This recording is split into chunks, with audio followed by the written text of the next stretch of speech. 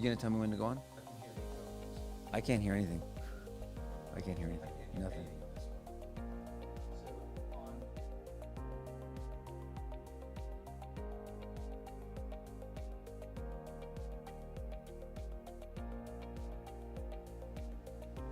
Whoa, whoa. Oh, I can hear this one now.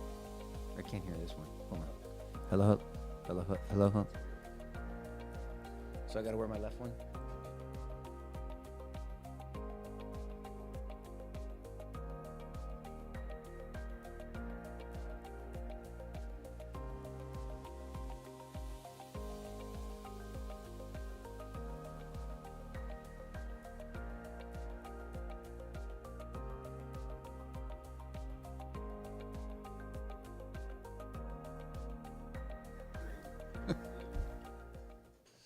Hey guys, welcome to another episode of R-Rated Christianity. Thank you for joining us. We're just going to jump right in. The long introductions, I think, are gone for this season, at least for now. You know this is a podcast, it's an apologetic podcast. We like to talk about all things the Bible and a biblical worldview. And so apologetics means to give a defense, though, by the way. So we got Momo. Momo, you're back. I'm back, y'all. What happened? 2 weeks hiatus? That's crazy. I know. We missed you. I forget what was happening. Why I was gone. I don't even know.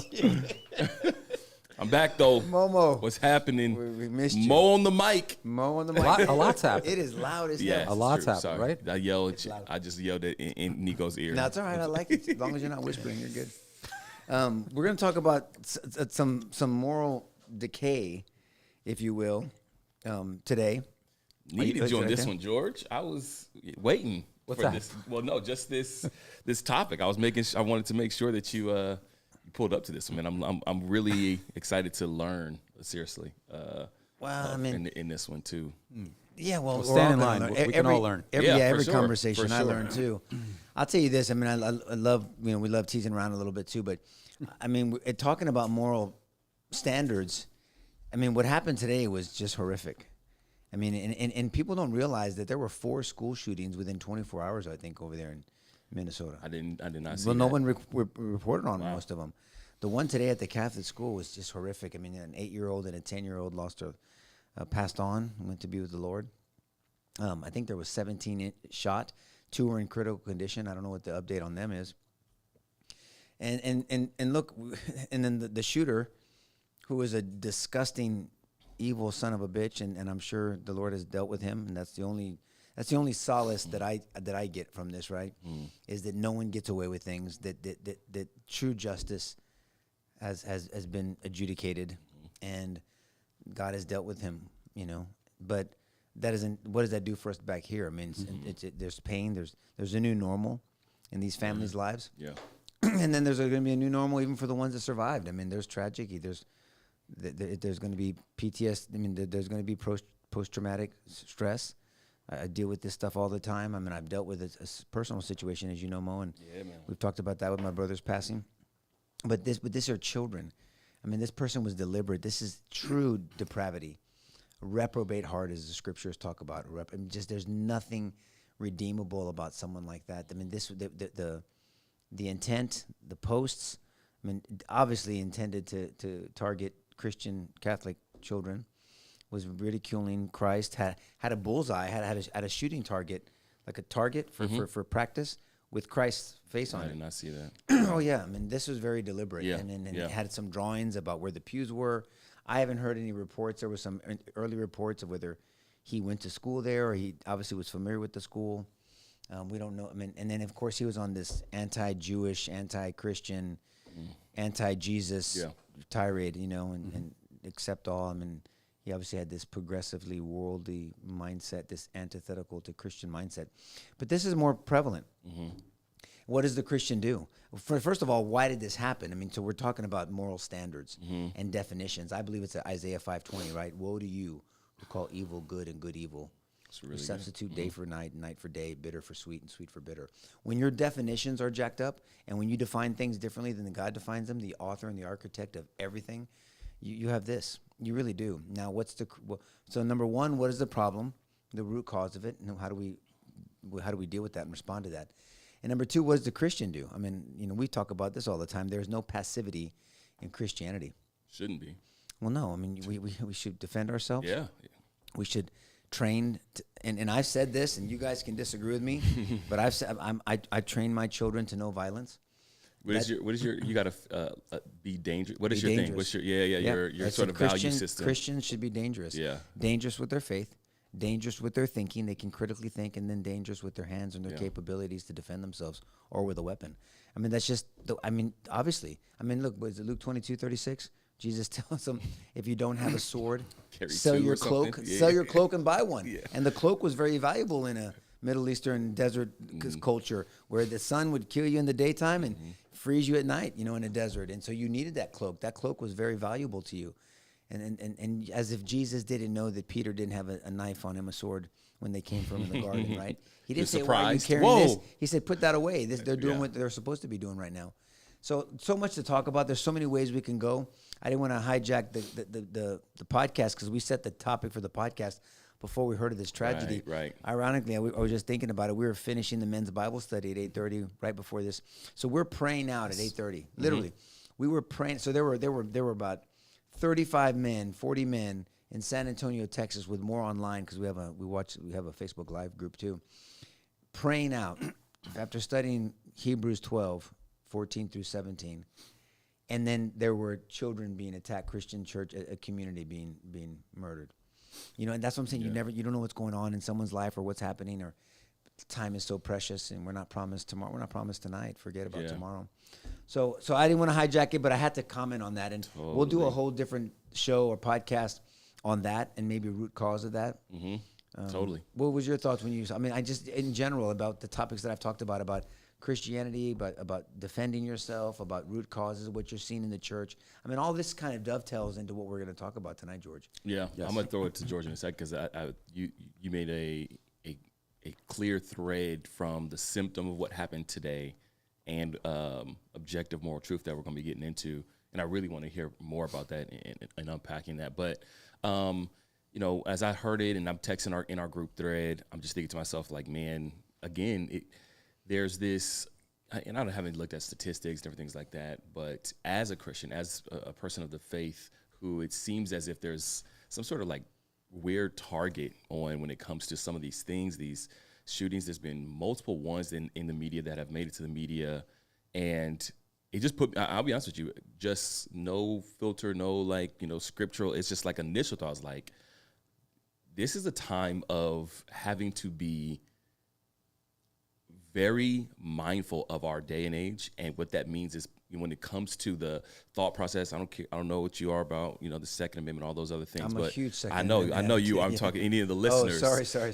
Yeah, but it really presses you to start thinking in a way of what it means to defend, what it means to in a physical way. That's why I like your three, dangerous, breakdown. But there's you have family, you have kids, so you think through this lens as it hits, and I'm like, man, I can only imagine the rage from those in the faith in that community of wanting to lash out or respond, whatever that physical, like what you attack innocent people, and again, it's not just this random thing with intent, with a target on people of faith in their back. And so I just was like, an initial thoughts, man, of like, yo, this is a day we have to be on guard and praying for our families, covering our families, but also from a natural physical standpoint of, man,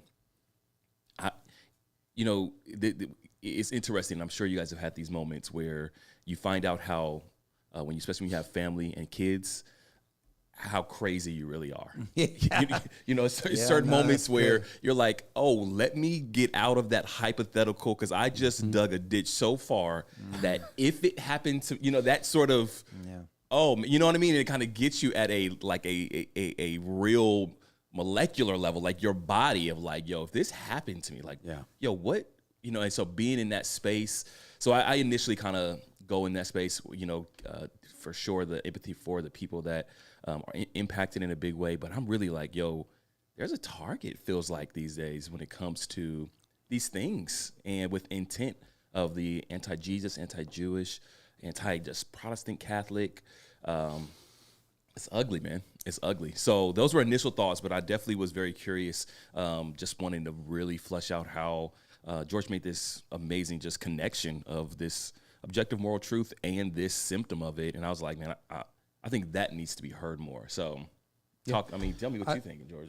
Well, we always try to go foundational here. Because we can swat at symptoms all day long. Nico always asks the question, what in the world's going on in society right now that we might be able to speak to, maybe informatively into it. And then I always think, well, I mean, goodness gracious, we could probably have multiple shows every day, because it's now with 24/7 news, it never ends. So true. Yeah. And so, I think it's always useful to say, well, why is it happening? I mean, can we go to maybe try to identify causes and maybe address those? Because you might be addressing 1,000 things if you can address one cause, right? Versus going after 1,000 things and never really getting at the cause. Yeah. So now you're playing whack-a-mole morally. So it just seemed to me, and I think there's overwhelming social research, Nico, to suggest that, if you take the guardrails off, by definition, anything's possible. And so there's been, I think it's fairly undeniable that we are now in a post-truth, sort of a weird hybrid between a postmodern view of reality, postmodern secular humanist view of reality, and a post-truth reality, where postmodernism says that truth is basically distilled to whatever you feel it to be. It's basically a function of your moods or your affectations. Whereas post-truth just says there's no truth at all. It doesn't really matter. It's not even talking truth terms. There's just no truth at all. Wow. Both of them then would reject a source of a meta-narrative like Christianity, which says there's not only truth, but there's truth. There's truth, and it can be discovered across all of realms of reality. Christianity weighs in on everything, right? It weighs in on the creation of the world, creation of the universe, creation of mankind, where it comes from, what the purpose is. I mean, Christianity has something to say about everything that matters. Yeah. And so the view of Christianity is in the crosshairs of this other oppositional view, which says that there is no truth, and the truth is really a function of wherever I feel it to be. And so this is what's taught in academia. This isn't theoretical. This is the going narrative. This is taught with almost religiously in academia, and it's been the case for 20 to 30 years. And so when you tell people that they are the locus of all authority, when you tell people that, then you tell me what isn't possible. And then you tell me by what moral appeals court are you going to say what you're doing is wrong or right? And so there was a time when the Judeo-Christian ethic reigned prevalent. Even people who weren't Christian, right? And they would look at the Ten Commandments and say, yeah, I don't know if I buy into theological stuff, but they seem like really good rules to live by. I would never step foot in the church. I certainly haven't taken communion. I'm not part of an organized denomination. But man, I got to say, when I look at the Ten Commandments, the atheists say minus the first 3 or 4. Right? Well, right. Yeah. The theological stuff they might reject and say, I don't know that I buy that. But certainly the first 4 are vertical. The last 6 are, of course, horizontal. And that's why Jesus says the entire law and prophets hinge on that. Love the Lord your God with all your heart, soul, mind, and strength, and love your neighbor as yourself. The entire law and prophets hinge on these. Makes sense. So and why is the Ten Commandments written that way? It's because, these 6 latter ones didn't just sort of appear out of nowhere. They're rooted in something. They come out of the character of God. He gets to make the rules as creator. And it's consistent with his character that we ought to love ourselves and love our neighbor. And so when you get rid of that as guardrails, when you get rid of the Sermon on the Mount, and you're not really concerned about your neighbor anymore, forgiveness doesn't even enter in the calculus. Assuming there's intrinsic value in another human being, there's an absolute moral truth that human beings are exceptional and that they have inherent value because they're created beings and they have the imago Dei. You tell people that today in academia, they'll laugh. They'll laugh you out of the classroom. That used to be a general assumption. When you change these things at the roots of society, it behooves me that people are surprised that you don't see actions that reflect that change. That's why I was saying I think we need to go deeper and start and maybe evaluate, because that's where the battle is. Are we prepared to we've had the battle shows? We've had shows on this before. But how did we get here? I mean, because this was a Christian nation. I mean, George and I have done shows on this, that this is a set of ideas that undergirded this country were Judeo-Christian. And so we lost it. Yeah. That's along the way. We can analyze when that happened. when it happened in school, when it happened from our Supreme Court, when they took the Ten Commandments out of in 1963, was it, in Engel versus Vittel? Excuse me. When they took the Ten Commandments out of school, and then you can look at the data of where it's, because then you weren't exposed at least to these ideas. Ideas have consequences. Yeah. Love your neighbor as yourself. Okay, where did that come from? Why is that a good idea? Says who? Don't steal. And I love when scriptures, when that in Exodus it says, "Do not murder." Right? Thou shalt not murder, not kill. Because there's a time for everything. In self-defense, you may have to unfortunately kill or take a life. Ecclesiastes 3 says there is a time for everything under the sun, including a time to defend yourself and kill, maybe, or in war, but never to murder. And murder defined in Proverbs 6:16 as the spilling of innocent blood. And God hates that. He hates the spilling of innocent blood. And what happened today was the spilling of innocent blood. Yeah. And so it grieves him. I mean, he allowed it happen. I've heard some commentators saying, "Oh, it shook my faith." and I lovingly say, then study more, because there's a lot of things in that library of books we call the Bible where people's faith was shaken. Right. I mean, Paul. I mean, you just look at the persecution. We read about what Herod. We read about what Nero did. We read about what all this happened. But it's not real to us. It's almost like when you watch the news and you just hear or you see another shooting in a school. Another shooting in a school. That's terrible. Totally. What's going on for tonight? And so we're so disassociated with it versus seeing it. Yeah. Yeah. And so that's the difference. That's the disconnect, because we've been so desensitized by just what we read and what we see, and then you combine that with this extraction of a biblical understanding and truly teaching Bible ideas in schools or in our society. I mean, look, it's in God we trust. It's not in Muhammad we trust. It's not in Allah we trust. It's not in Hare Krishna we trust. It's not in Buddha we trust. It's not in fill in the atheist, whoever they want to fill in their own name, because they're their own gods. It's in God, Yahweh. It's in God we trust. Yeah. And that was a culture from this country from the inception. Yeah. And George and I have talked about this. Other people talk about it. Wall Builders talks about it. We know that these ideas, I say, man, how are we going to set up this government? Well, let's bring in these ideas. If we want freedom, then we need virtue. We want education, and we need virtue. We need to know how to treat each other. It sounds like a good idea. Love your neighbor as yourself. Yeah. Do unto others you want them to do unto you. It's a pretty good idea. Yeah. Now, it doesn't mean you have to accept Christ as your Savior, but these are the ideas, and then we can spend the whole show on just arguing objectively that there's biblical ideas that undergird this country. So, I mean, look, I don't know where you guys want to go with this conversation, Mo. I know you want to say something, so I want you to say it. But I don't know where you want to go, because there's so many places we can go with why we don't have moral truth. But the thing that George was talking about earlier, Mo, is the church is buying into that crap. Like the church says there's not what's the data that you shared with us earlier, Joy, that you wanted to share with the audience? Probably the best is going back to the Cultural Research Center in terms of the most comprehensive research on this.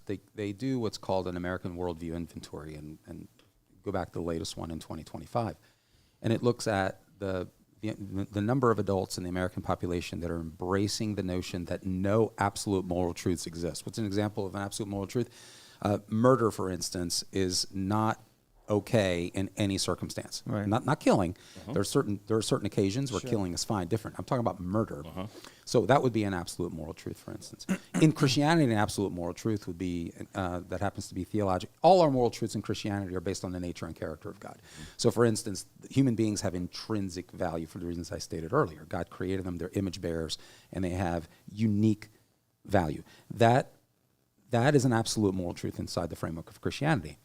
And so, just kind of stepping back here, if you assume those things to be true, you're going to comport yourself in a certain way towards human beings. Yeah. So I think at the end of the day, this conversation has to go to, and because this isn't the only slaughter that we've seen. This is the problem. We've seen a lot of massacres like this, and they seem to be happening with more frequency. And it's interesting; they seem to be happening with a lot of frequency in a population that's really a fraction of the population, the trans population. There is a dynamic of violence.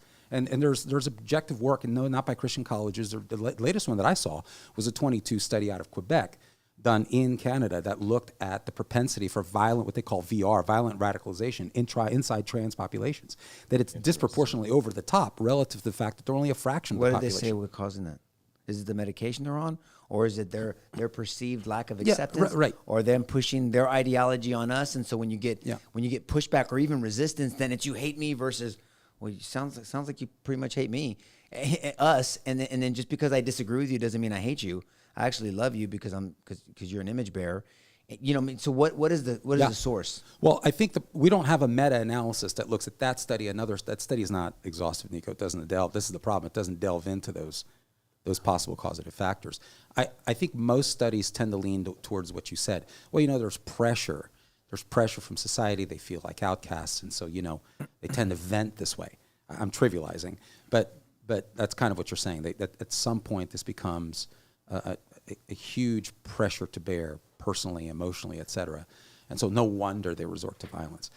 It's interesting that we've seen a lot of it happen in trans males. It is females that are transitioning to males. And what's happening is, and this is the This was a dude. this was the opposite. Yeah.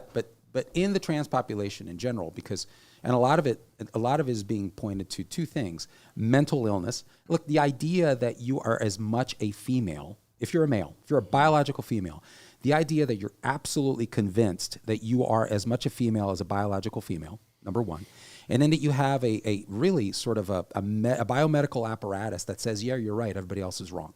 Mm-hmm. And that's factually and objectively not true.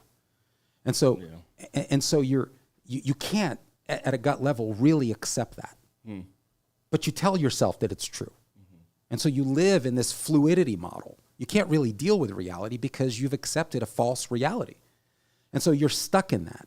And that's really at the heart of a lot of mental illness. You can't deal with reality. You can't work your way into health given the state of things. You're unable to function. And so these individuals are not only stuck in this state of confusion, but then there's a number of people that are saying it's okay to stay that way. That's the problem. And there's a huge apparatus of subsidy around it. And so this is just brutal. It's a brutal existence. And so where does that find its way? And so some of the study addresses, that's got to come out somewhere. And rather than what it used to be, to say, look, this is a problem in the way you view reality. And then you have an apparatus that's driven by compassion and good clinical science to try to walk that person back to a healthy view of reality. Yeah. See, that's gone now, because if you do that, that's bigoted. Right? Yeah. So now this is under the banner of civil rights. And so now even if Nico LaHood wants to counsel somebody, which now you're engaging in bigotry. This is where conversion therapy comes in. Now if the church engages in trying to bring you back to health, they're engaging. This is where we're at. Well, these people have no help. Mm-hmm. We've changed. That's what I'm talking about with Isaiah 5:20, and we talked about this before, George. And I think was it John Locke? Was it John Locke that we talked about before? He who defines the words defines the world. Mm-hmm. I mean, so John Locke said that. Yeah. And I remember when we talked about that, I put it down because I didn't want to forget that. But it's true. He who defines the words defines the world. And that's another way to say, that's another way to sort of frame postmodernism. Postmodernism plays language games. This is where we get, Nico said, and this is seeping into the church, the idea that there's no mind-independent reality. It's all whatever you feel or want it to be. In the church, there's philosophers like Stanley Fish, or even one of my former mentors, Walt Russell, academic mentors, Walt Russell, who has written on interpretive communities inside churches.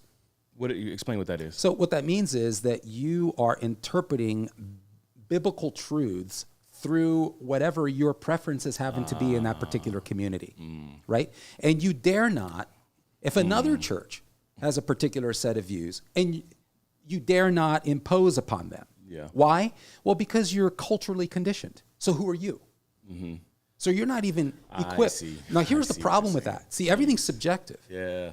Now, in a sense, it's pretty honest, Nico, right? Because you're saying, look, it's subjective, so I can't weigh in on what some other church is doing. Here's the problem. They're both Christian churches, and by definition, they're saying that there's this thing called an objective Bible. There's an objective standard. It's not about their interpretive community. It's about what the Bible has revealed. Mm-hmm. It actually... it actually says certain things about certain things. And it's not about what you feel. This is why hermeneutics, this is why study, this is why theology matters, this is why essential Christian doctrine matters. But we don't teach those things.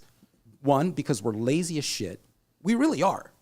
I mean, we don't want to do the work, generally speaking, as a culture. And I think Christians kind of fall into that. And then two, it's offensive. Who the hell am I?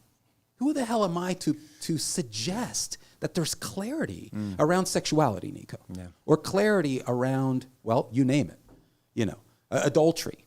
Or clarity around. But Momo, why? Sorry, Pastor Maurice. Oh, don't you dare! Don't you dare! I call him Momo, but everybody's gonna come up to you and call you Momo now because I call you Momo. Sorry about that. You're but good. It's too late now. Now the whole world knows you're right. Momo.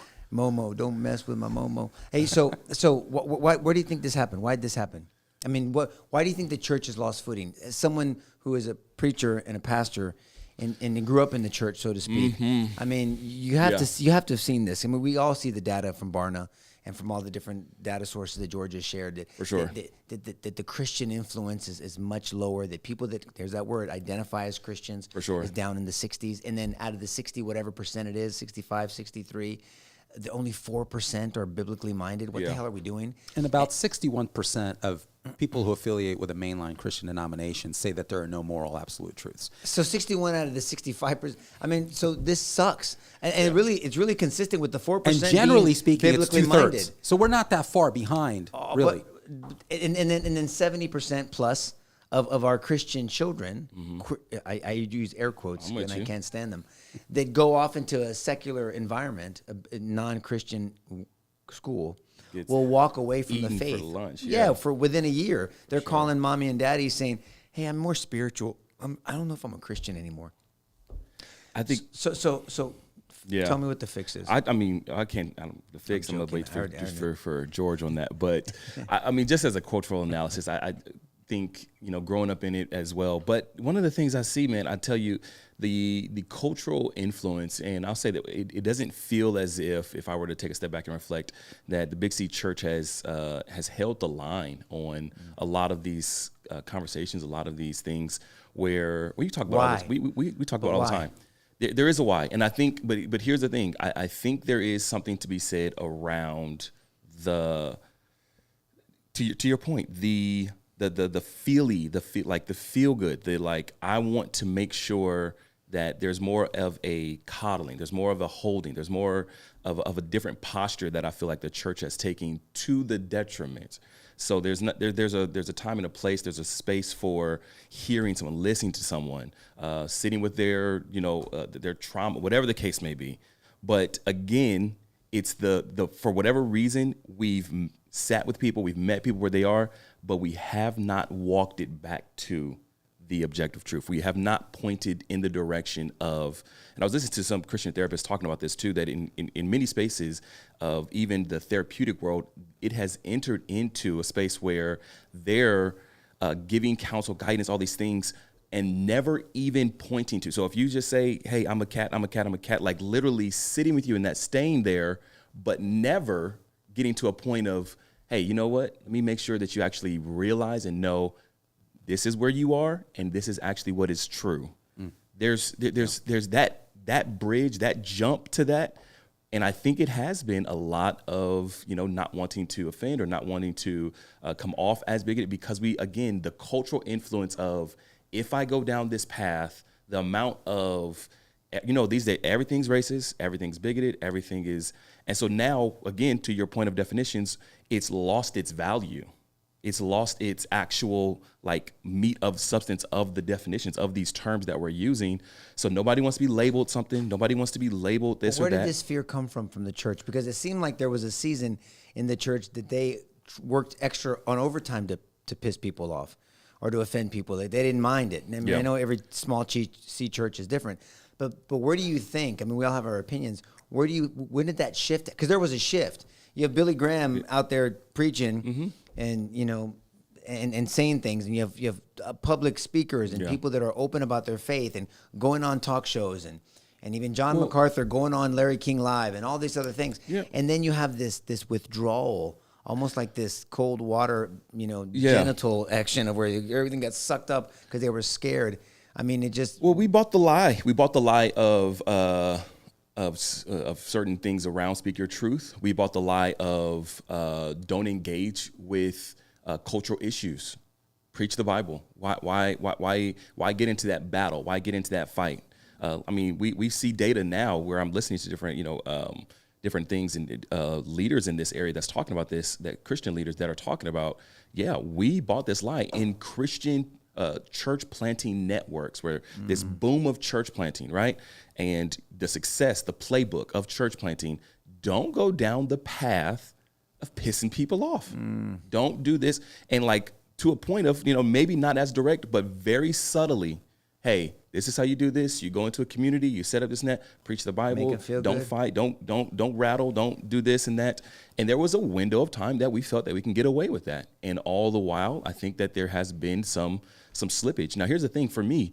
I think that society, and I think you guys can weigh in on this a little bit more, I'm less surprised by society going and bending to its own flesh, its needs, it's like, you know what? Straight out of scripture.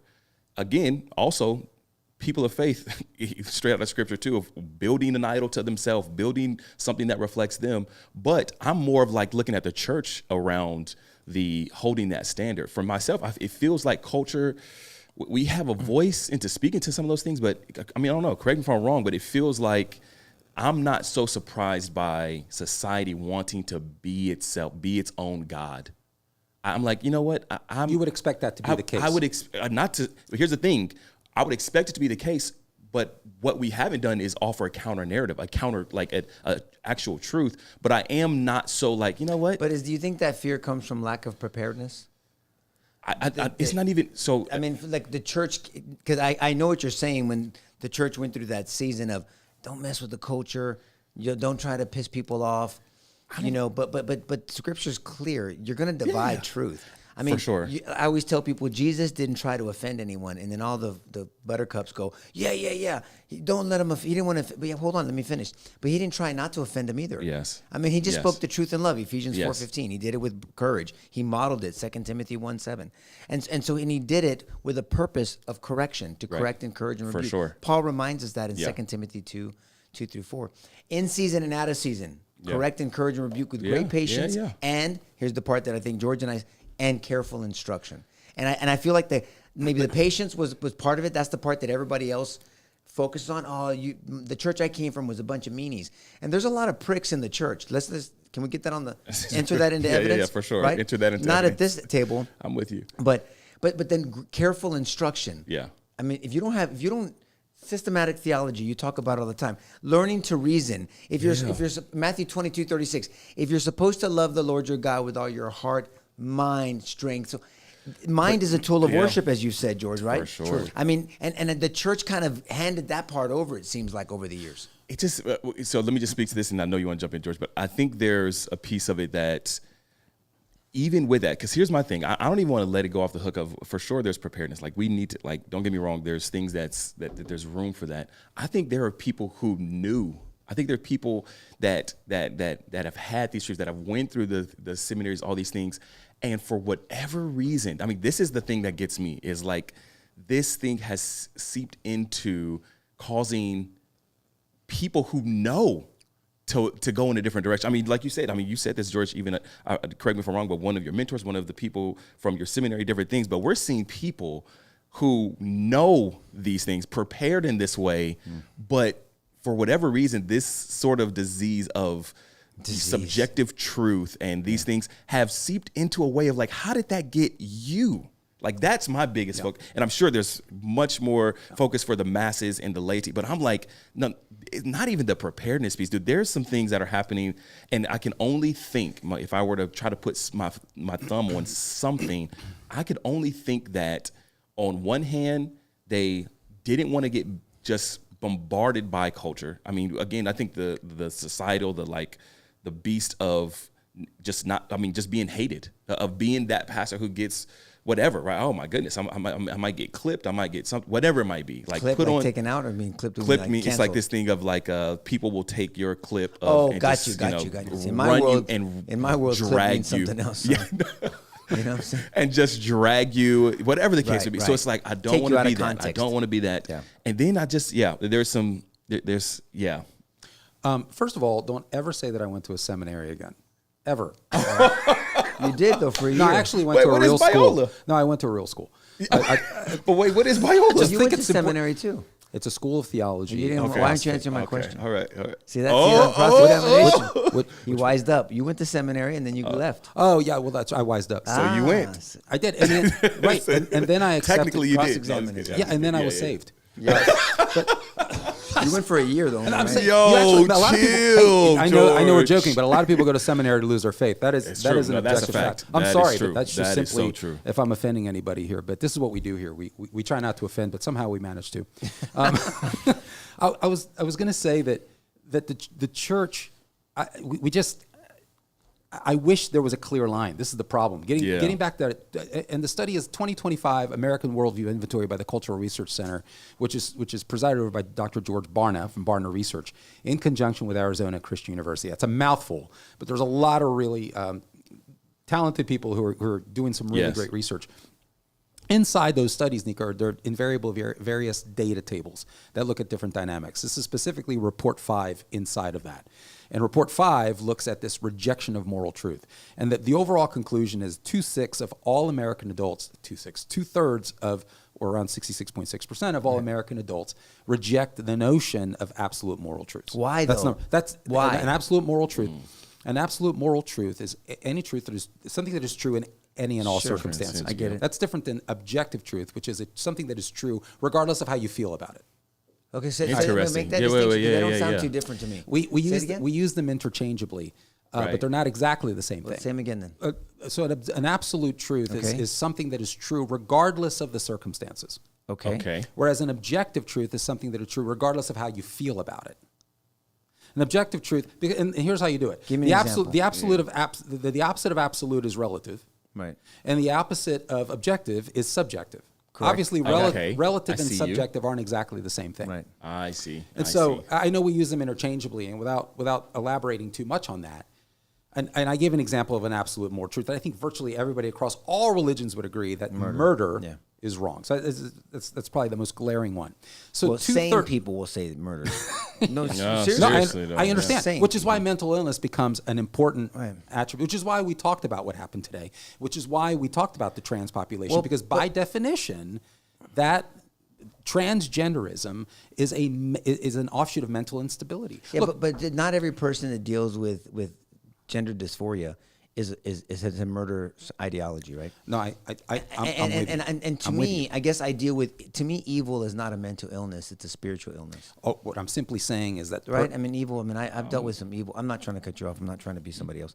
Sorry, but I'm just saying that everybody wants to claim evil is a mental illness. I mean, and yes, it could be a mental illness, but sometimes evil is just evil. Deeper. people just aren't bad rotten anymore; people. they're just mad. Yeah, but you understand my point? I mean, No, I there's do just some understand. rotten, evil sons of bitches. I out do there. I do understand your point. I was simply saying up front, of course, not everybody who struggles with gender dysphoria or what used to call gender identity disorder.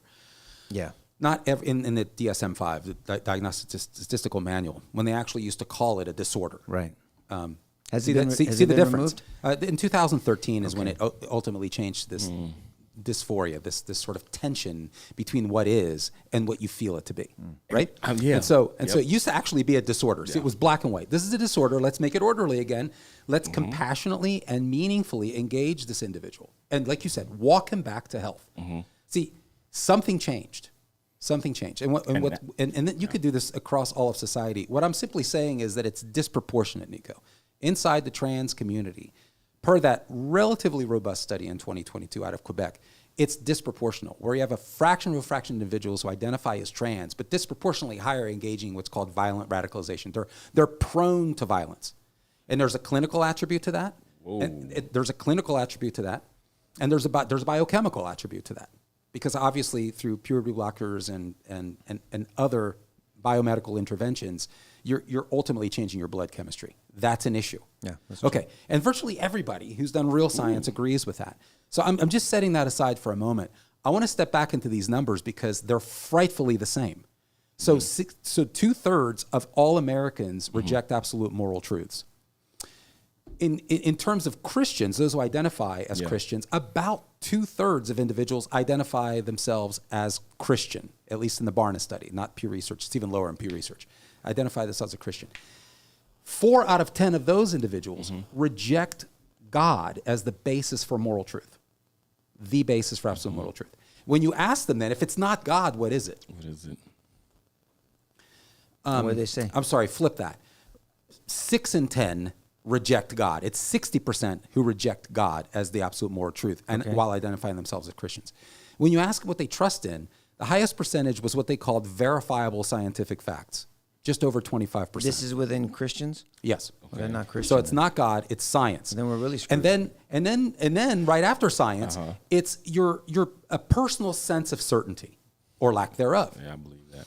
And so that bulk of individuals inside Christendom, and this is across denominations, it's highest among Catholics. It's around 69%. It's even higher than the national average.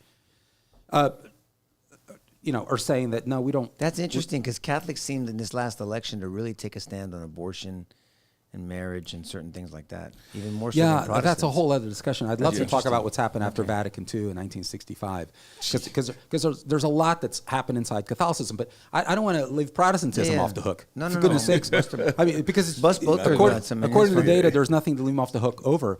So we got to step back and say, what in the world's happened? And what's happened is that at the end of the day, that the church is getting its pastors from where? Well, it's getting its pastors from universities that are secular with theology schools. Yeah. It's getting its pastors from that maybe go to a Christian seminary in air quotes, but have spent 90% of all their academic work in secular But universities. then they go to a church that doesn't correct them. Well, okay, but now we got a circular argument. Who the hell in the church is going to do it unless they're 95 and remember something about systematic theology? I'm not 95, but I actually do know something about systematic. The point is, Japanese. The point is, you've got individuals, you've got an entirely new generation that is steeped in postmodern view of the world, and you got the blind leading the blind. Where are the guardrails? Where's the firewall? That's the point. And so this is deeply concerning, though. sure. So, I mean, you're ministering in this and as for much as sure. I love your church, no church is safe, No, right? not at all. Heck no. No church is safe. But there's so much that you just said, George, that I'm just like sitting Take with. a shot at it, Mo. The I point know, is, I'm but- trying to agree with you. No, Data, no. That there's no difference. There's First- really very little difference Right. between the tendency to rely on self Yeah. versus what the Bible teaches Right. relative to the world. I was listening to this pastor, David Paul Tripp. I don't know if you heard him. He said, "The world will hypocritically applaud any man who claims he is a seeker of truth, but he will call for a public public execution of any man who claims he has found it." Say that one more time. The world will hypocritically applaud the man Yes. who claims he is seeking truth. Seeking, I'm a seeker. I'm seeking, just out here seeking, right? This sort of limbo space. Right. But will call for the public execution that's of any good. man who claims he has found It's it. a great restatement That's great. of basically postmodernism. So in it's action. this idea of, as long as you are in a spot of I'm a seeker, I'm seeking truth. I'm seeking Yep. truth, and I'm looking for and I'm looking, and so as Good long as for you're you. that, Yeah. we all should be on a journey. We should journey. And the moment you say, hey, I got the Bible. Hey, you know what? It's right here. Yep. Public execution Yeah, of that's any true. person. That's who good, said that. man. That's really good. But I think to that point, really good. it goes back to though the execution part. The I don't want to use martyr because there's actual martyrs that term means something. But people who are ridiculed and dragged. So I think there's a piece of it that is so deeply seated in people who, to the core of us, we want to belong. We want to have a place that we're liked and we're loved at just a basic human level. But again, I'm with you. I seen it on his face already. You know that phrase? Forget somebody it, said? brother. Have courage. Have a No, backbone. Forget it. But listen to me, You man. belong Listen. before you believed. Oh, But just God, listen that to drives me. me insane. Yeah, hey, another great church planting slogan right there. But to that point, these things, and so I will say, when you talk about preparedness, I don't think anybody saw what was coming when it comes to that level of backlash when you would say something, when you would speak truth, and to this point, there is at some level, people will give you a thumbs up. Murder bad, adultery bad. In some spaces, people think that, right? I know, but right, it's losing its weight. But when you start to get into imposing on what I now want to do, and I think that's the core of it. When it gets to that level of, wait, so you're saying I can't, or you're saying, wait a second, don't tell me what I can do with marriage, what I can do with my body, who I want to love, who I want to, and society. But then it seeps into the church of, wait, now it's so this is the thing that I think is important to what your point is when it comes to the level of definitions, when it talks about just truth, speak your truth, live your truth, your lived experience, all the things. I think we have to do a great cultural analysis and parsing of subjective truth, objective truth, and to your point, the moral relativism, right? Absolute relative truth. Why these things matter, and really showing what this is. Because again, if everybody wants to walk around and you just say, "Here's my just subjective truth," well, I don't want to push too much. I don't care. Because all right, but I'm fascinated by the Islamic movement versus the Christian movement. In what way? Well, I mean, if you ask the average Islamic person, they can't give you an apologetic for it. The average. I mean, you have their apologists for Islam that are more educated, and they have a good college try for the. They get devoured by people like David Wood and Nabil Qureshi before he passed away, and Bill Turner, and other people that are really scholarly and that can go back and forth with an Islamic debate. Bill Warner. What did I say? Turner. I'm thinking of somebody else. There is a Bill Turner that I know. Sorry, Bill. Bill Warner. Get the guy all jacked up. Bill Warner. Thank you. And so, but I'm fascinated at just the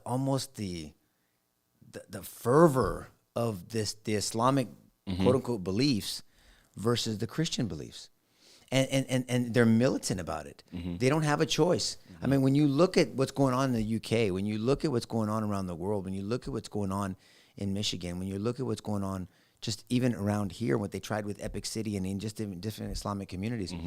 I mean, I've had discussions with people of the Islamic religion, and you try to reason with them, and you talk about the Quran and the Hadith and the Sirah and the Christian Bible and all this other stuff, and then history and all this other stuff, and when Muhammad came on the scene and what happened with him and all this other stuff. But man, they're all in, and they're militant about it, and the Christian is wishy-washy.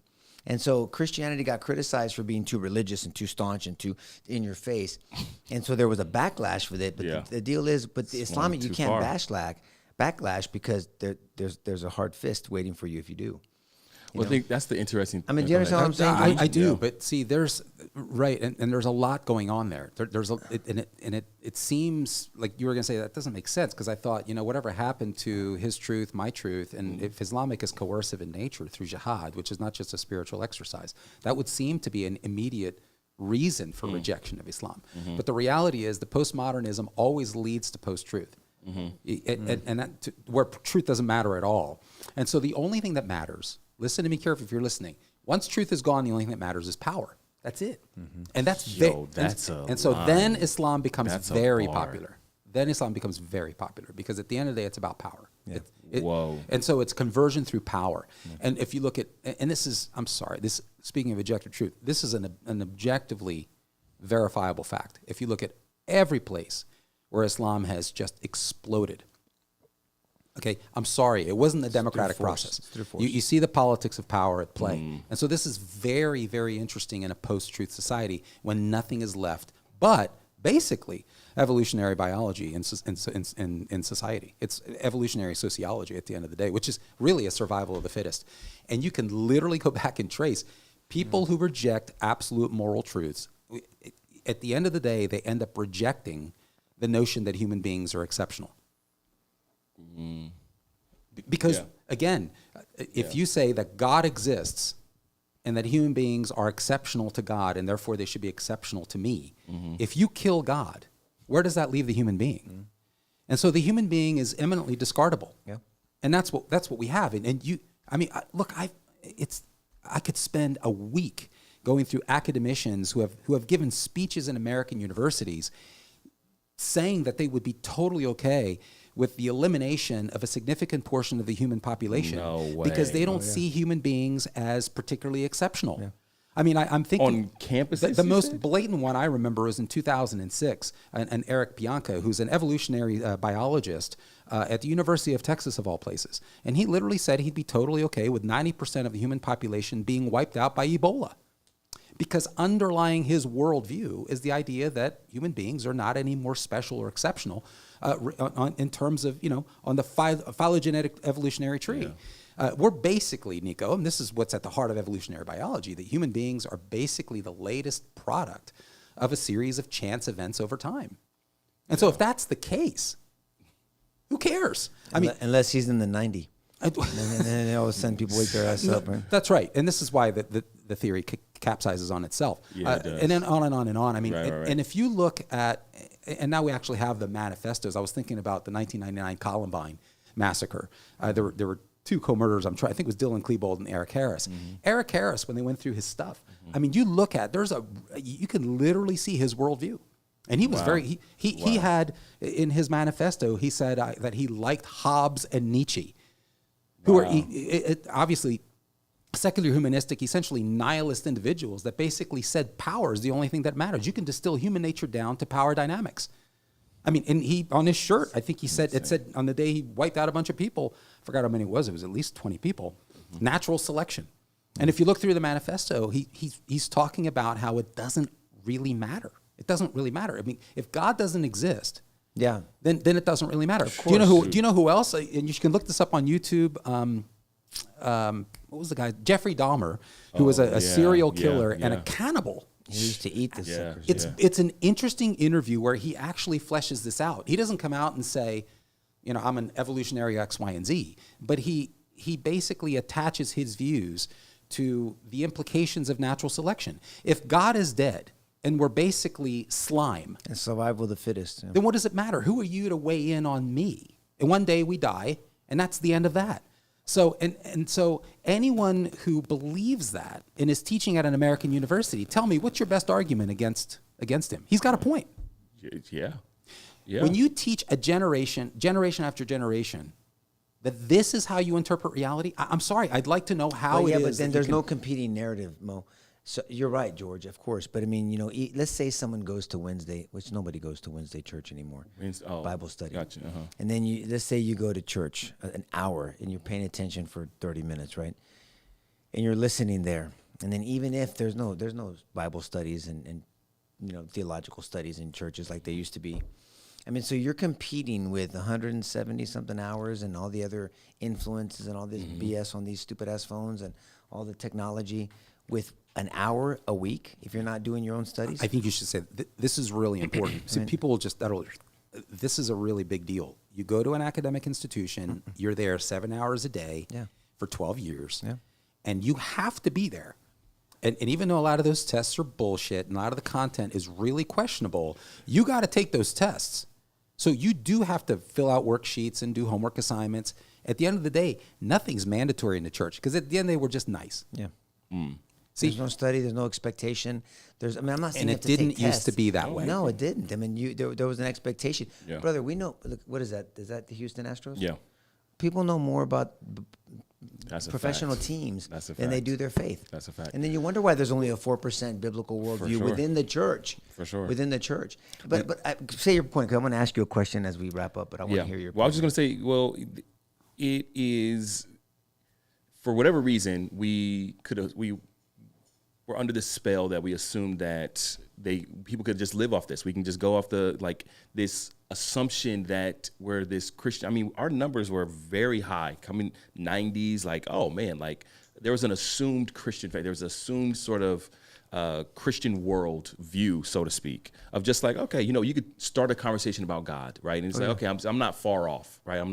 I can connect dots. I probably know someone who went to church, whatever the case may be, but what I'm seeing, what I'm recognizing more and more is there's this just fizzling away of what is happening in society and what is happening in the church. And so what I wanted to just say, I'm losing my train of thought that I was going to say actually, but I've done that too. too many times. Go ask me your question. Okay. Ask me your question. I'm going to ask you a question, and it'll come back to you. Cut Yes, me off yeah. when your thoughts come back to you. I've known you for a while now, and I've seen your boldness. I've seen you an interest to saying, I got to get this right. Not that you were wrong before. I'm not trying to make that claim, but this hunger. Now I don't know if it's because you have more responsibility at CBC, or you saw that where it was going, or you had made this commitment that I'm going to be in church leadership, and that's going to be my calling. Yeah, which it obviously is because you're very good at it. I mean, so I don't know what it was, but there was I sensed, and you. I mean, I'm not going to reveal our private conversations, but that I need to stand out, not because you're trying to impress somebody else, but if this is the way the church does business, this is not the way God wants me to do business. And so you want to. I sensed it, and I know it's. I mean, that's what I see. Was there a time? Was there an occasion? Was there a realization? Was there a? Yeah, I would say there is a realization, and I think you sit with something long enough. And I don't know.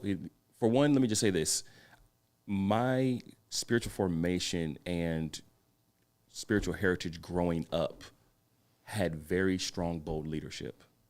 To the degree sometimes that I was off put by, like, yo, we can kind of we could dress that up a little bit better than that. But to the point that it was not shy in your family, in the local church that I was a part of. And I say that to say there was something there that was put within me, right? I think there is this journey that you go on, younger person, you're trying to figure things out. You go to cemetery for some people. And as he puts his hand on my leg, it says some people. We all went. I mean, me and you, we both went. I stayed, you left. It's okay. But you have some of these things that you get trained in a particular way. And what I'll say is this: the realization is that you begin to see the difference of what you're being taught and trained on and what is happening in society. And I think there is a crossroad that people can go down and figure out, hey, what is down this path? And for me, it's stepping over here and pulling on this thread where it's like, where does this lead? Like, that's my thing, right? Because I'm not gonna lie, sitting with people, it's hard, and when it comes to the journey that they're on, the hardship that they face. It's I'm young, trying to be liked at that point in time in my life, and so I'm not gonna say that standing up and seeing people leave you. I mean, I'll say 2020 was a big hit. I mean, you get up and you try to speak on. I mean, literally, we started a series to flush out what justice from a biblical standpoint means, and we put a series title of God of Justice, and a guy that baptized his kids, sat in a small group with him, he confessed tons of stuff to me. I was transparent, talked with him about a lot of things in my life, will look you in the face, call you a Marxist, and leave the church, slander you on Facebook. Yeah, but we didn't even get into the sermon, from the title. Right? Again, the upheaval of, and again, to that research that we talked about why pastors are quitting and all the things, that takes a blow, right? Really? And you're young, you're just like, yo, and you get to a point eventually of you know what, forget that person. But initially, dude, you're like, what, yo, hold on. Why? You want to know why? You want to pick up the phone and answer this, and you got 3 hours on the phone call. So let me just, whatever, right? You get to those things. I'll say this. The pendulum swung back to me, and I think this is what I was going to actually talk about, or one of the question posed, is that it feels like we're in this window of time of people having a similar realization at some level of too much. It's too far. And I think from our last political cycle, I think a lot of that has risen to the top of I think this is going too far on this side of things. And again, from a person who would consider themselves more of a left-leaning person, things like that, you start to see, initially, I don't identify with, only when I'm in your presence, I become MAGA. No, this is your right. When I leave, that's so I put on my Obama shirt.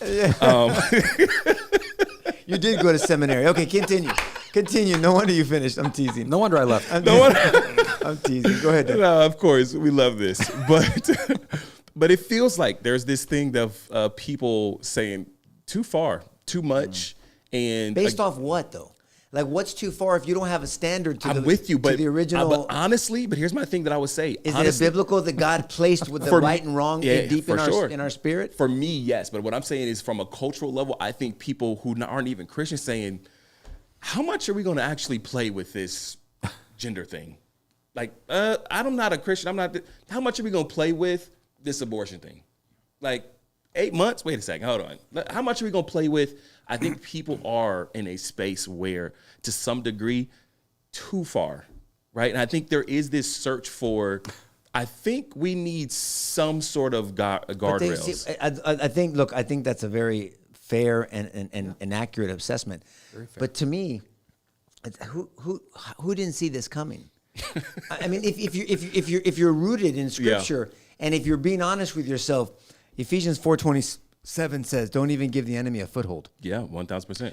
And so I remember clearly, and I'm not trying to be I don't give a shit about being right, but I just know what I saw when all this whole bathroom bill came up. I said, guys, we were on the show. What year was that? Gosh, Well, it was during Obama. It was in North no, Carolina. The way before that. bathrooms? Well, it came back Oh up. yeah, no. yeah. This originally yeah, initiated that's- under I'm Obama, good. and it was. But so And the harassment came under Eric Holder. Yo, You know you didn't forget that.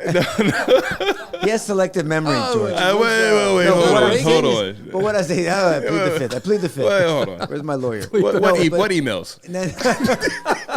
No, but what I was saying to people, I said, it's not about the bathrooms. It was yeah. never about the bathrooms. Exactly. I said, Exactly. you're going to tell me it's about someone walking into a room to take a dump or a piss and then get out of there? You're not. It's not a club. Yeah. I mean, you think it's really about a bath? I knew it wasn't about a bathroom. And even people that normally, Exactly. to George's point earlier Yeah. about the church, would normally say, oh, if it goes this far, I'm done. Right. But back then, I said, it's just a bathroom. Who cares? Okay, What do you mean? Who so cares? play that out though. So Yes. I would agree with you to the point where, let's rewind 10 years and let me just be on that other side to say, why are you tripping on putting on another bathroom? Yeah. Like just put up another, just build another one. Why can't we have 3? Like, what's the problem, right?